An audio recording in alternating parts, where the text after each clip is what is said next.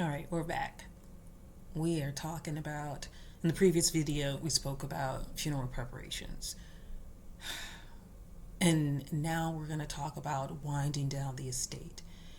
And this is where, if your loved one has not done any estate planning, if there is no will, this is where you need to buckle in, because this is where the turbulence sets in and the ride gets real rough. And this is just, I just want to say this to you guys. Because I've, unfortunately in my lifetime, I've had to do several funerals, and wind down a couple of estates. And when there is, and I've had it in where there was a will and all this other stuff, and then I've had instances where there was no will or estate planning. And it's easier when there has been some estate planning, but when there has not been, like I said, at this point, I hope that when your loved one passed, that you started to look into grief counseling, because to be grieving and mourning the love of a lost one is a lot. But the things that have to happen, like during the funeral, people are there. People are there. They're coming by the house, they're dropping off food, they're being super supportive. They are, I remember when my dad died, several friends that grew up with him and my mom, excuse me, came by, and some people, they meant well, but it just made us sadder. And I remember one friend that grew up with him and my mom came by, and she just started reminiscing with my mom about the great memories they all had growing up. And I saw my mom laugh. And that was like such a welcome break to see her like in the middle of this horrible place, because my dad, he died young, and just to see her have a moment of joy. And one of the things that I want to talk to you guys about is during this time of mourning and grief, do not feel bad about a good day. You're going to need that good day, because there are going to be so many sad, hard days that you're going to need that good day when you had a good laugh, when that person came by and just made your heart warm. You're going to need the good days to get through the hard days, because it's going to be hard. And that's why I highly recommend that during the grief and loss process that you have a therapist. And here's why I say this. Like I said, during the funeral preparation, people are there. People are coming by. And it's not that, I think until people have endured loss, they don't really understand what's happening, because people will say things like, oh, you shouldn't be sad, they're in a better place. I'm like, even that may be well intended, but the reality is the person that you love, that you spent so much of your life with, is gone. Jesus grieved the loss of Lazarus. They are gone. And it takes time to deal with, let me just call mom and find out about this recipe. Guess what? Mom's not there. Like, you've reached for the phone.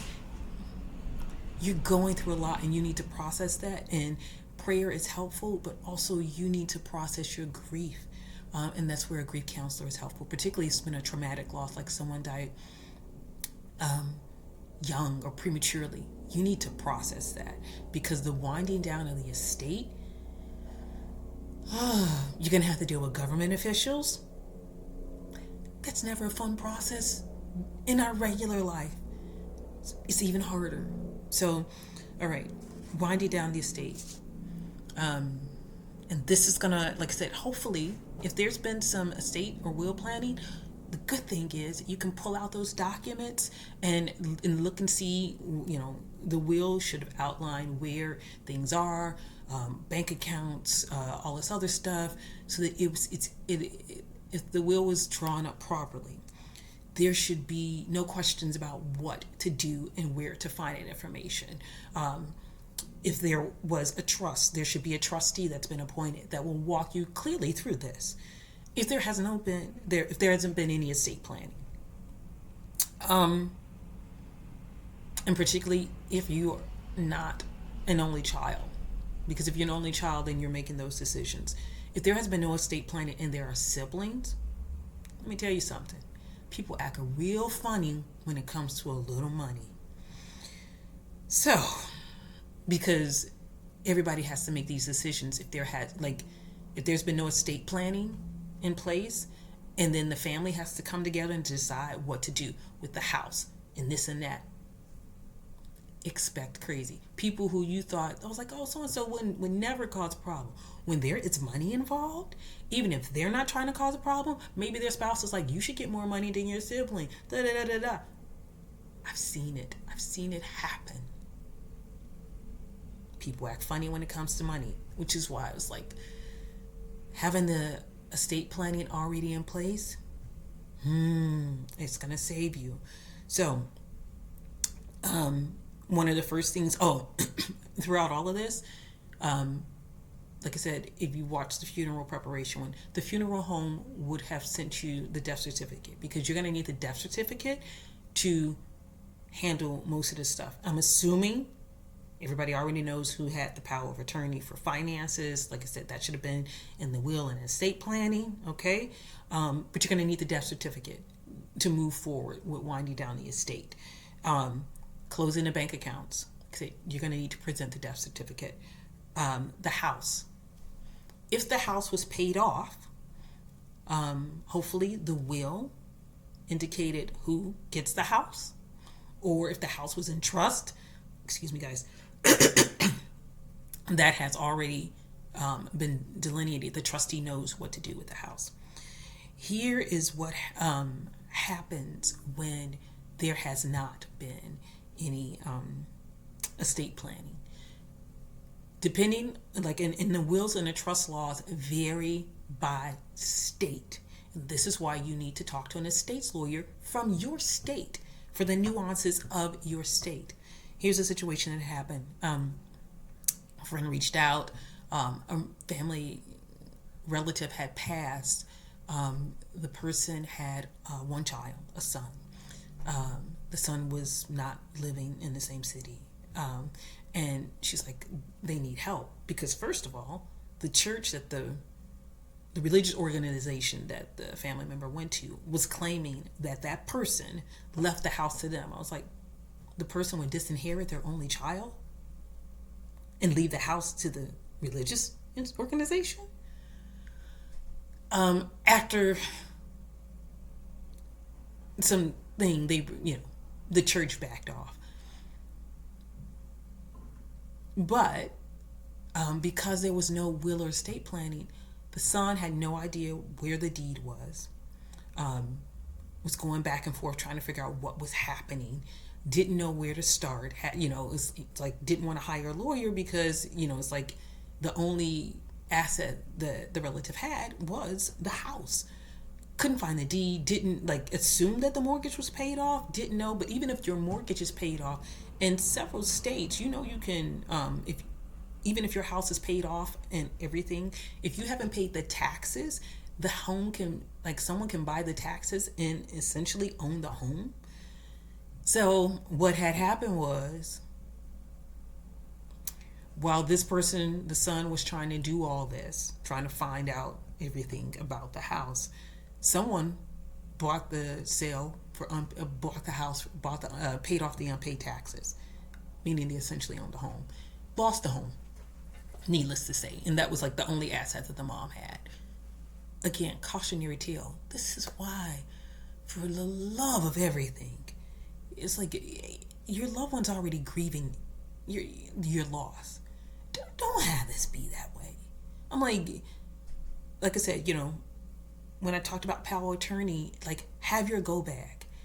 Where is everything? When I was finally able to convince my mom, I was like, Mom, you cannot leave us and not tell us what your wishes are. She was like, oh, I'm sure you girls will figure it out. No, no. Tell me what your wishes are. Tell me what you desire. What do you want to happen? No. Give us that peace of mind. If your loved one hasn't done this and there's a home, you need to find out, is the home paid off? And this can get tricky, particularly if they've done some refinances or they have second mortgages. So you're going to have to hire a lawyer, find a free legal aid clinic, something like that, if you can't afford a lawyer, to figure out, or, if you're, if you You can go to the county, the quarter of deeds, and figure out who owns the deed to the home. That's, like I said, that's going to be something. And like I said, and if there hasn't, like in the example that I gave, there was only one child. If there is no will and there are multiple heirs, multiple children, like I said, y'all got to agree. And when typically, let me back up, if there is no will or estate planning, you have to go through the courts. You have to go to what's called probate court. And the probate court is going to decide who gets what. So if, and this is why I'm like, you need to have, I did a series on the 3 experts you need for financial planning, and I talked about the role of an estate's attorney. And this is why I'm like, you guys need to have these conversations so that, like I said, I mentioned for my mom, it's like, where's your go bag for your power of attorney for financial, your power of attorney for healthcare? And that was something that each of my siblings, we knew where the go bag was. We knew what was outlined. So when unfortunately my mom did pass, okay, here's mom's go bag. Here's the will. Here's the estate planning. Here's the power of attorney. We knew about the mortgage, like where was it, like, the deed and all this property. There was a transfer on death instrument that immediately upon her death transferred the property over to us. But this is where you need to know your state rules, because maybe they don't have what's the transfer of death instrument, a TODI. But we again had to have the death certificate to make this official. You guys gonna have a road ahead. I'm trying to get through this. Credit cards. Again, if there were credit cards and stuff like that, if you already have a trustee, or if you are the power of attorney for the financials, you're gonna need the death certificate to close out those accounts.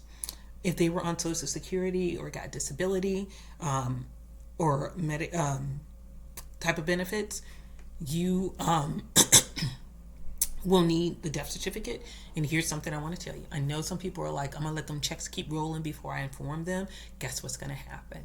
At some point, Social Security, Medicaid, Medicare, disability, they are going to receive the notification. They're eventually going to get the death certificate, and you're going to get a bill from them saying that you owe for the payments that happened after the deceased death certificate.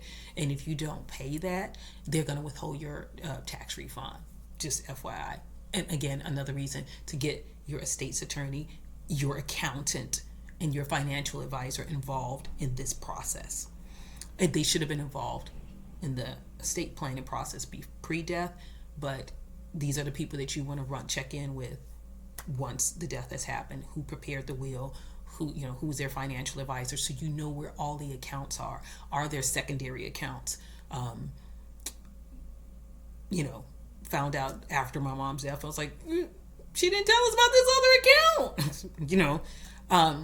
So you want to make sure you have these things. And like I said, Medicare and Medicaid, you need to inform them, send them a copy of the death certificate that this person has passed. Taxes, you need to get an accountant, because you still need to pay taxes for the deceased if there were taxes. Hopefully, if there was a trust account or something like that, the trustee has already been in contact with an accountant. So you need to look into that. Was there a pension? If there was a trust account or a will set up and there was beneficiaries put in place, easy peasy. If not, probate court and talk to an accountant and talk to a lawyer of what's going to happen. If there was no estate planning, there was no will, you need an estate's attorney. You need to talk to them to walk you through this process, particularly if there were assets like a home or stocks and bonds and stuff like that. If there was no estate planning, there was no estate planning, there was no will, there's no trust, you need to talk to an estate's attorney, and particularly if there are multiple heirs. Okay? I mentioned there is a separate video that I did about your 3 experts: your financial advisor, your accountant, and your estate's attorney. These are people that you want to talk to during your life, so that by the time you pass, your loved ones are not, dealing with the bureaucracy of probate court, or you're in, like, after they pass, the last thing you want to be is in and out of the courtroom or going to the county office, going through the deeds and trying to figure out what is going on. You need this to be as seamless as possible, because remember, you are still grieving. Still grieving when all this is happening. And it is hard. And you're probably also going through, your loved one's stuff. Are we donating it? What were their wishes? Are you donating stuff in the house? Are you splitting up between the siblings?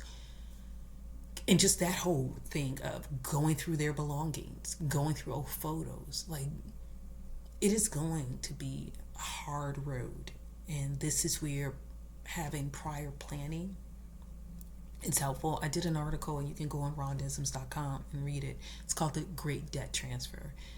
And with people not having prior estate planning, it's like most of the time people are like, oh, when someone dies, you're going to get an inheritance. But unfortunately now, a lot of Americans, instead of getting an inheritance when a loved one dies, they're going into debt. They're going into debt because there was no planning, there was no life insurance. None of this happened. And